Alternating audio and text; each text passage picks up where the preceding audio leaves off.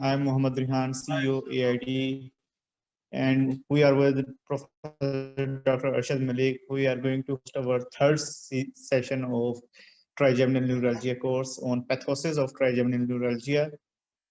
This session was distributed in 6 sessions basically, and after all the 6 sessions, there will be a quiz, and then there will be, on the basis of that quiz, there will be certificates. And now I will like to ask Dr. Arshad to continue his third session of this course, and in the end I will discuss how to get your certificate as well. Thank you so much, everyone.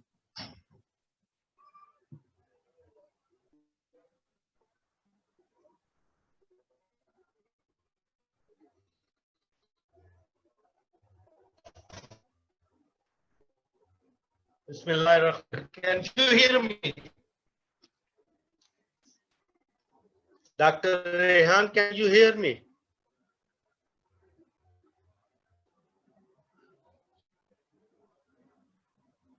Can you hear me? Yes, sir, I can hear you. Dr. Rehan, can you hear me? Okay. Bismillahirrahmanirrahim, everyone.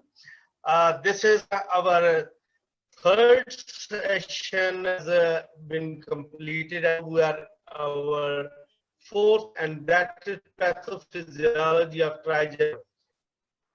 Ladies and gentlemen, after understanding trigeminal nerve, we have gone for the every aspect of the nerve and nerve pathophysiology. Having background of nerve and nerve condition, and that was the mechanism of orofacial pain.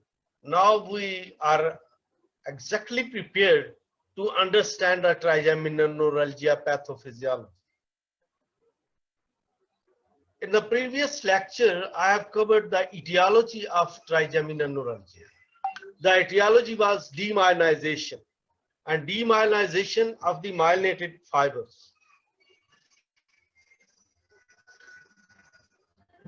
Demyelinization, myelinated, and these demyelinated are generally they are a delta fibers, and when they are demyelinated, alpha fiber also is sometimes demyelinated. That's why it results into trigeminal shocks of neuralgia. This is the etiology. But what is the pathophysiology? Why it happens? What are the different diseases which choose to go for trigeminal neuralgia? Generally it is called that generally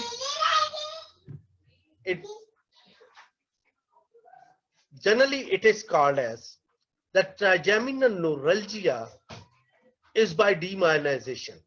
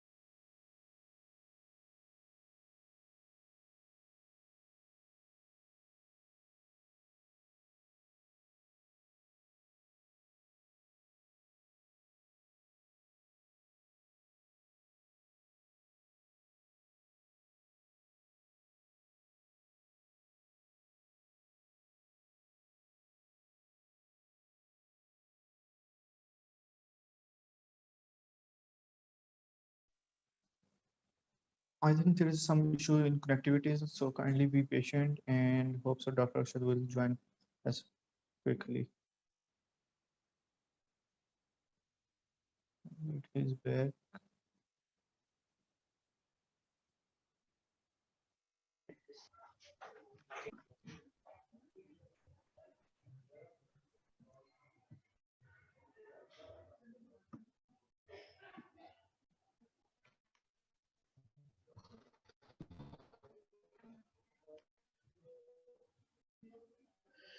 So association of the pathosis with all the trigeminal neuralgia.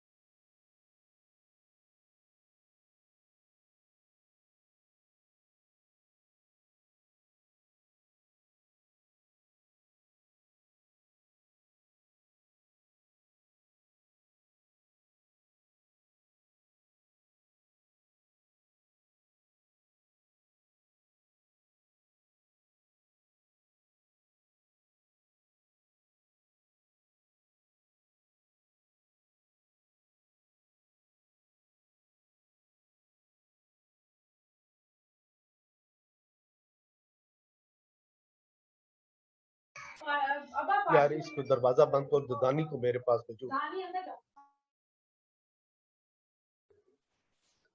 मैं complain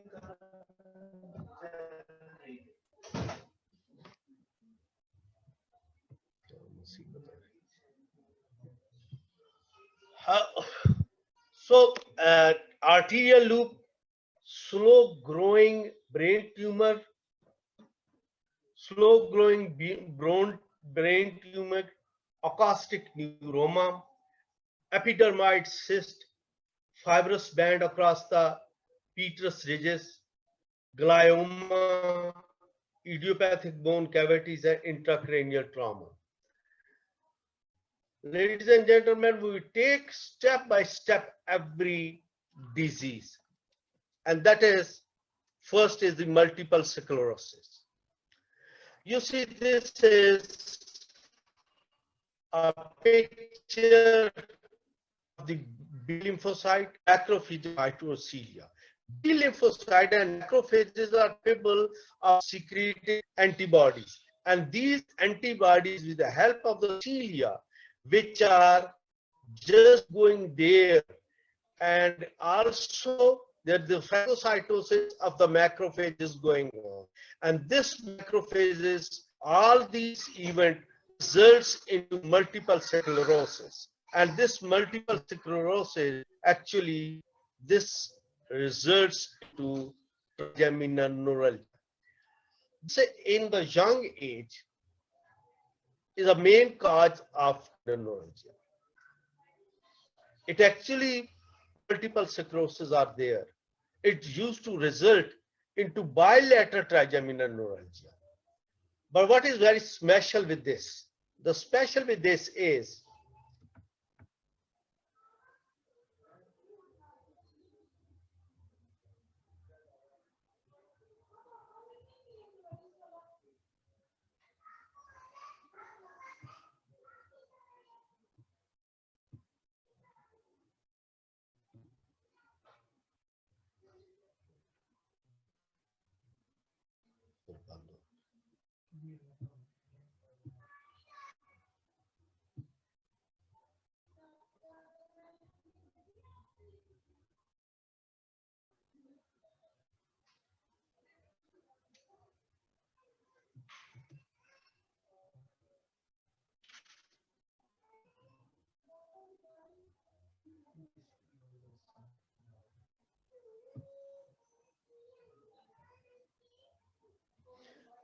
I again share with you that B lymphocyte and macrophages with macrocilia in multiple result into these.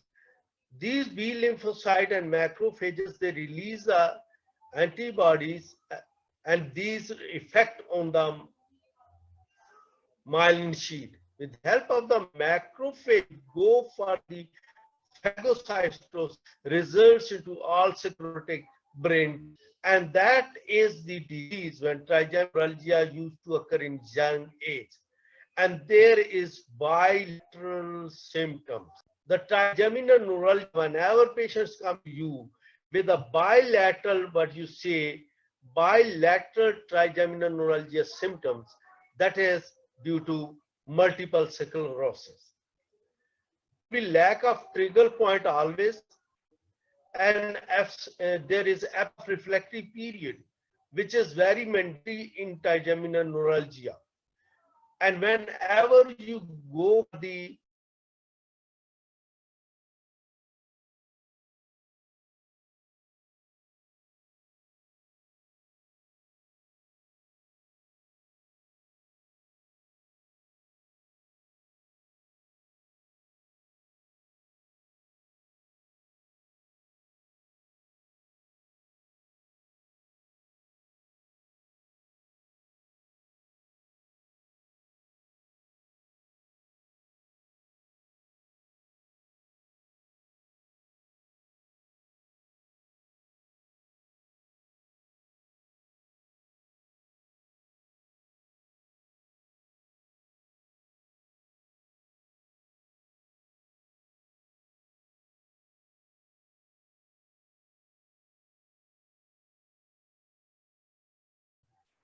that is the multiple sclerosis picture you see in the brain, and that is the part where multiple sclerosis has occurred.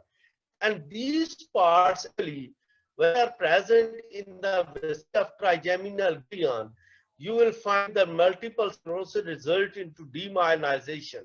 And this myelinization, if it is in the area of the pons or at the peduncle of the base of the brain, it will hurt the trigeminal basic ganglion, and you are going to hold the all the episodes. The next we are going to see is the aberrant artery.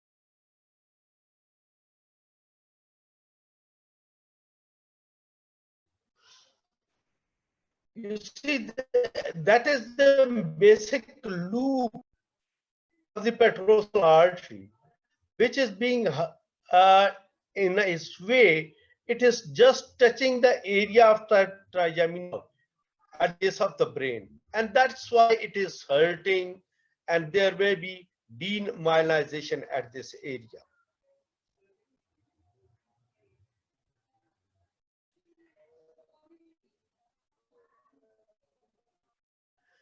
Now, next, aberrant arteries. These aberrant arteries, have you seen in this, that this is the trigeminal nerve, and that is the basic artery passing on. And this area, you will see it is the area of compression.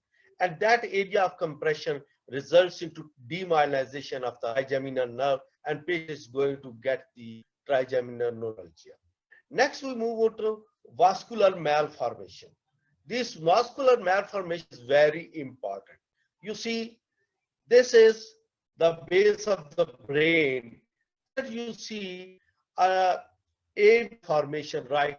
This whole AV malformation, it's near the vicinity of trigeminal nerve, and that is right.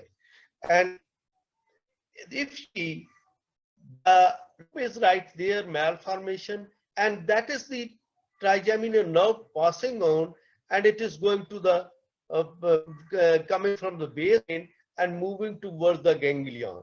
And there is our area where the vascular malformation has occurred. And this area may result into demyelinization of right here, this area. And any branch which is touching this area may get into demyelinization, and patient is going to get the vascular neuralgia. Now, we move to another impacted, that carotid form. It is very important to understand the carotid artery. Internal carotid artery basically is a very important part within the vicinity of trigeminal ganglia. You see, that is the vascular. Just here you see the intercarotid artery right here, and that is trigeminal nerve. And if you see by the CT scan, you will see a symphon here. And when you look at the dramatic interpretation, you will understand more. Here is the carotid canal. Here the internal carotid artery come inside the base of the brain. It is the middle cranial fossa, and it is moving like this.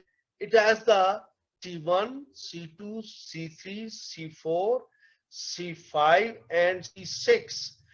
And the C6 and C5 and C4, these three areas, basically they are very important, that are in the vicinity of trigeminal ganglion. This is the base of the trigeminal ganglion. You are coming, this is V1 ophthalmic, this is V2, that is foramen rotundum, that is maxillary, and this that is the mandibular foramen ovale. Now, all these three things, that these three parts of internal carotid artery, they abrade the surface of a trigeminal nerve anywhere, and they results into demyelinization. Now, next is the arterial loop. Arterial loops, sometimes they are present around the vicinity of the trigeminal nerves. You see, if you explore, this is the inferior cerebellar artery right there. This inferior cerebellar artery, you go on exploring it, you see just right in front of that is the fifth trigeminal nerve. And this, just beside that is the nerve is placed on the vest, and it is pulsating.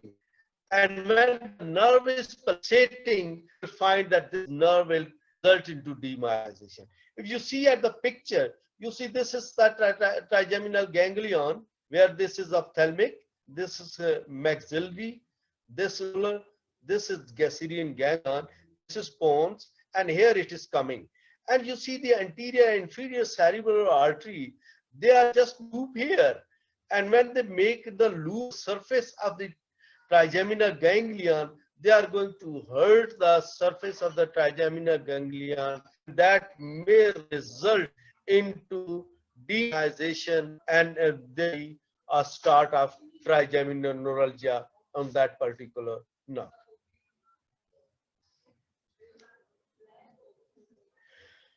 The next is foramina ovale, foramen rotundum. Foramen ovale is the where the mandibular nerve come out from the base of the brain, and foramen rotundum is that foramina from where maxillary nerve come out from the base of the brain. Now, sometimes there's developmental anomalies, and that developmental anomaly is that this foramina ovale and foramen rotundum, they become narrow, such a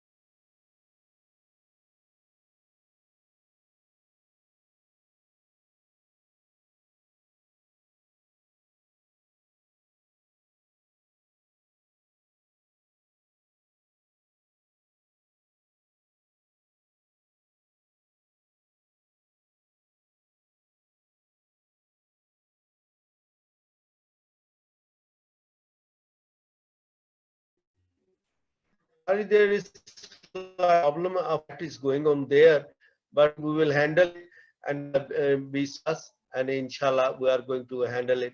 So that is narrowing of the foramina, foramen ovale, and foramen root.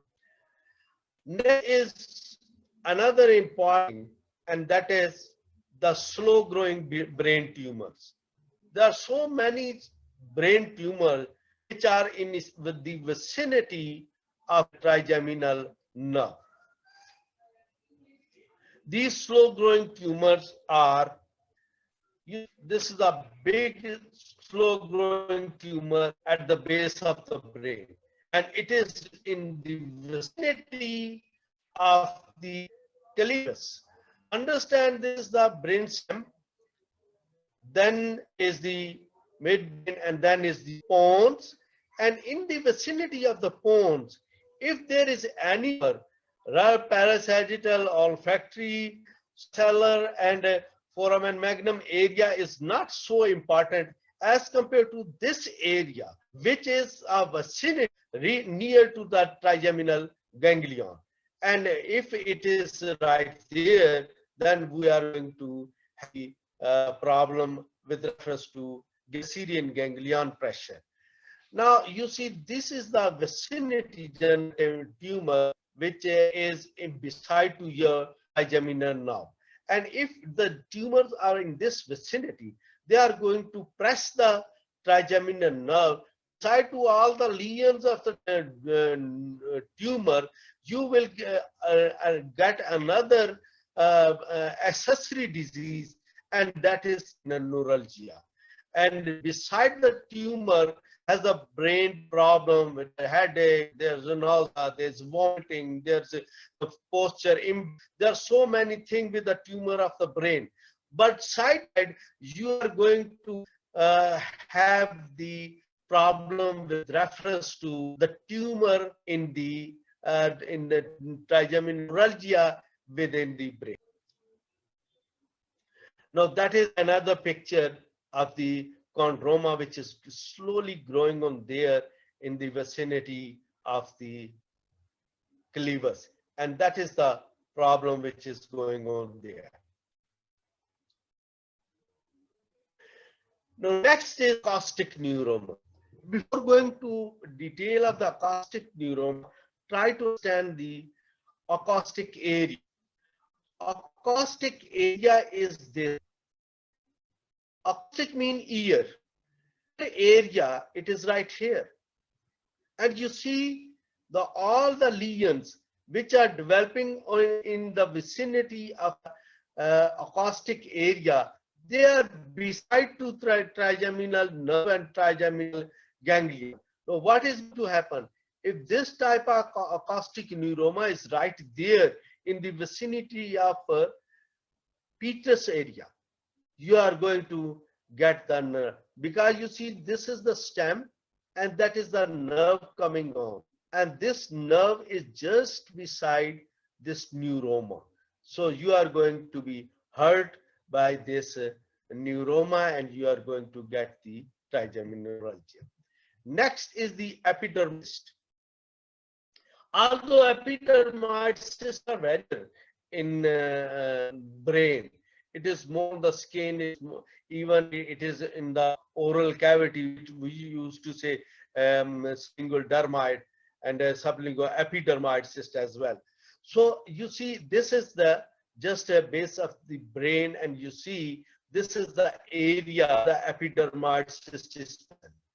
And you just open and you will find that a big cyst is present within the brain. And this, if epidermoid is right in the vicinity of the trigeminal basal ganglion or Gaussian ganglion, or in the pons, you are going to get the, you see, if it is this vicinity, you are going to get the trigeminal neuralgia as well. And this is due to this epidermoid cyst. Next is the fibrous band across the petrous ridge. As I have described you, that the petrous part is that part which contains the internal ear, and over the surface of the this Peter path is the climbing of the trigeminal nerve, and from here is climb forward, come to the middle cranial fossa, where it lies right on the medial side and rest against the bone. This fibrous band right here, you see, this is the fibrous band. It is developmental anomaly which is present just beside the nerve, and if it is present there, it is going to hurt the myelinated sheet of the trigeminal nerve, and you are going to get the trigeminal neuralgia. Next very important tumor is glioma. Although glia is not generally found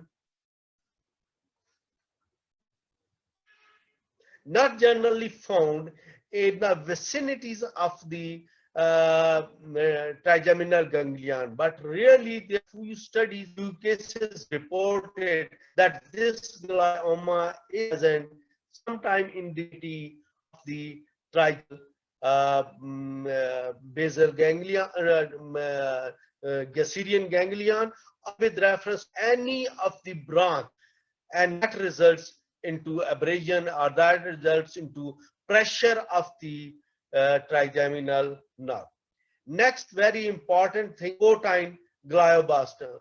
Portine mean in the vicinity of ear or in vicinity of Peter's part. You see this tumor, it is right here. This Peter's part of temporal bone, which is contain the internal ear, and that is the portine blastoma. And this glioblastoma, actually, it is in the vicinity of right here is the nerve, and it is going to give the pressure of the trigeminal basic nerve.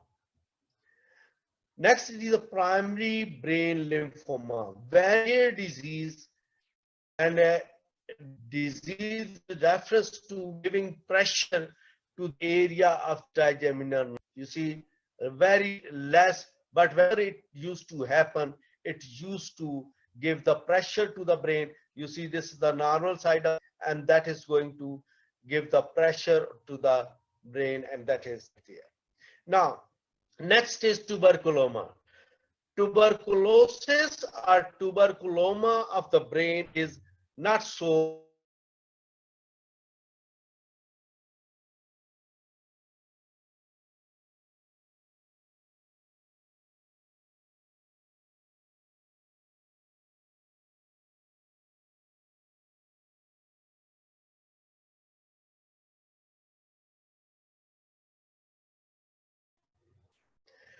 you see, that is the area where tuberculoma is, and separating it. But its brain tuberculoma is within the vicinity of trigeminal nerve, then you are being hurt by tuberculoma. The next is sarcoidosis, a rare disease with reference to these days, not reported much, but it results into amorphous protein deposition within the brain area, and that results in mutilation of the area of the brain and giving pressure to the area, especially in the vicinity of the trigeminal nerve if it is present within that area. And next is the very important to dental surgeons, and that is idiopathic jaw bone cavities. Ladies and gentlemen, dental surgeons generally do not look into x-rays and do not find the idiopathic bone cavities. These long-standing idiopathic bone cavities, basically, they generate the pressure. They produce the gases. They say nitrous oxide sometimes. Sometimes they say nitrous. It is produced there, and it exerts the pressure within the hollow cavity of the idiopathic bone. It may result into trauma, it may result due to any loss of bone or developmental anomalies. These idiopathic bone When there is any pressure generates within these bone cavities, it results in trigeminal neuralgia. These are the cavities which are generally available. And what you see, these are sclerosis, and these titles always. And there is no root resorption. There is proper lamina dura, and it used to so wide area. If you look at this whole area of the cone shape, and this cone end is right here. And this is idiopathic bone cavity. When you see, you want to cut it and open this idiopathic bone cavity area, you will find that there is absolute empty bone cavity. You will use you find nothing inside, and that's the main reason that these idiopathic bone cavities sometimes exist within the mandible, and within the maxilla it is generally less, but it is more in the mandibular area, and that results into increase of the pressure in the vicinity of the trigeminal nerve. So what happens that due to this pressure, inferior alveolar nerve get pressurized, get demyelinization, and that is the basic problem that you are going to get the trigeminal neuralgia. The next is the and very important thing is intra trauma, and that is the thing we're going to discuss. This is our routine practice. You see, this is the accident, and by this accident don't mean, but when you open the cranial surface after this trauma, you find that on the meninges, you see how much big clot is there, and that clot is going to exert the pressure over the brain.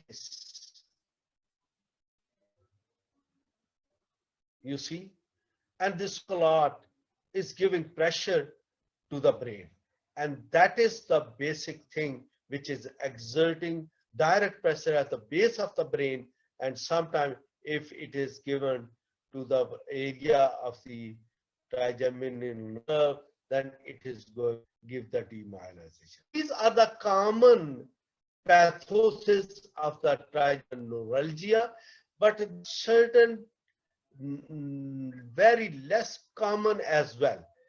Neuritis, syphilitic lesions.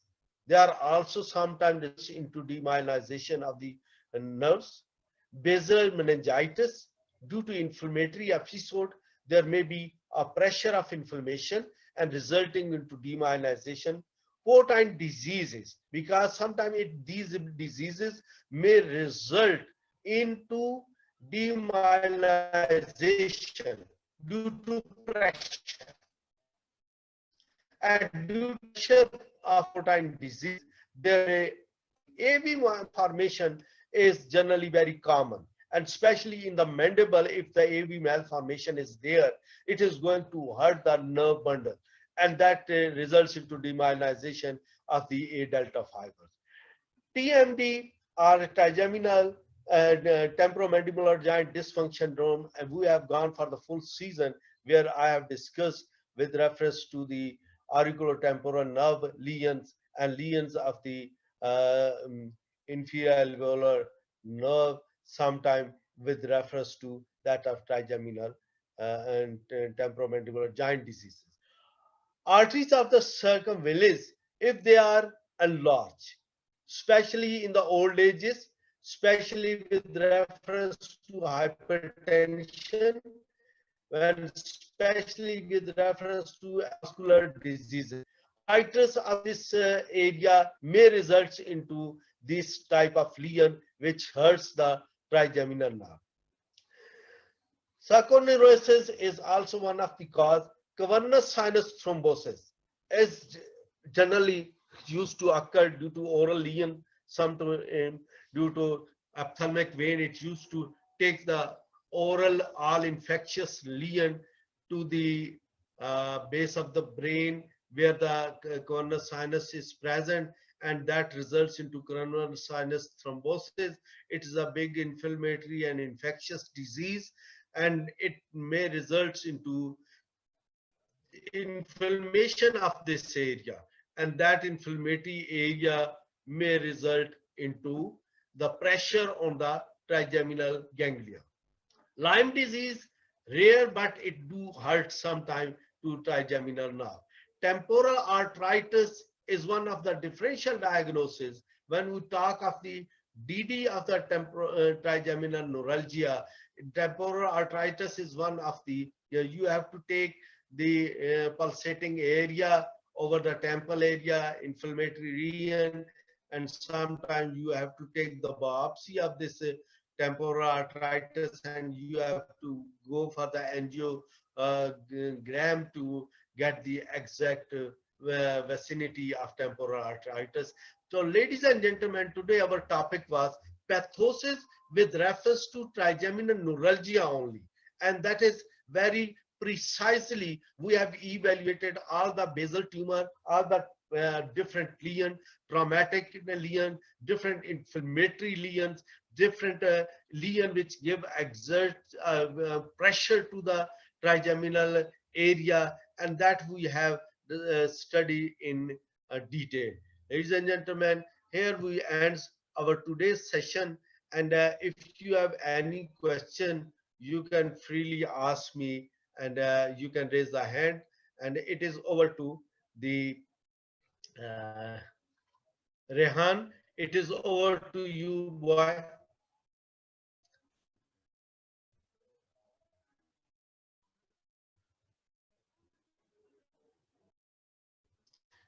Yeah, Dr. Rehan, it to you.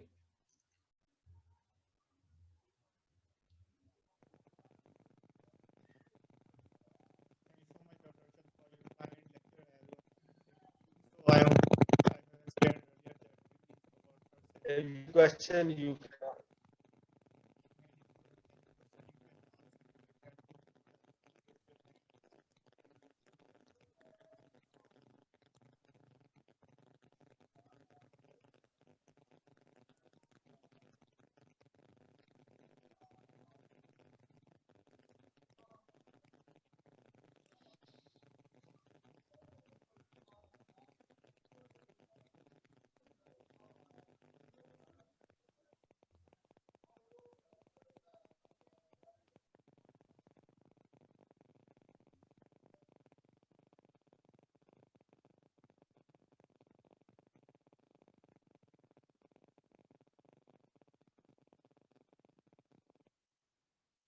I think Dr. Arshad, there is no question left.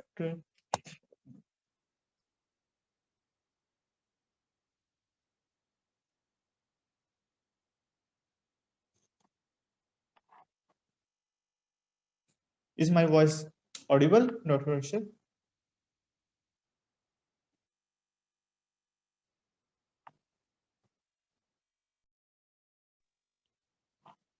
Dr. Arshad, my voice is audible or not?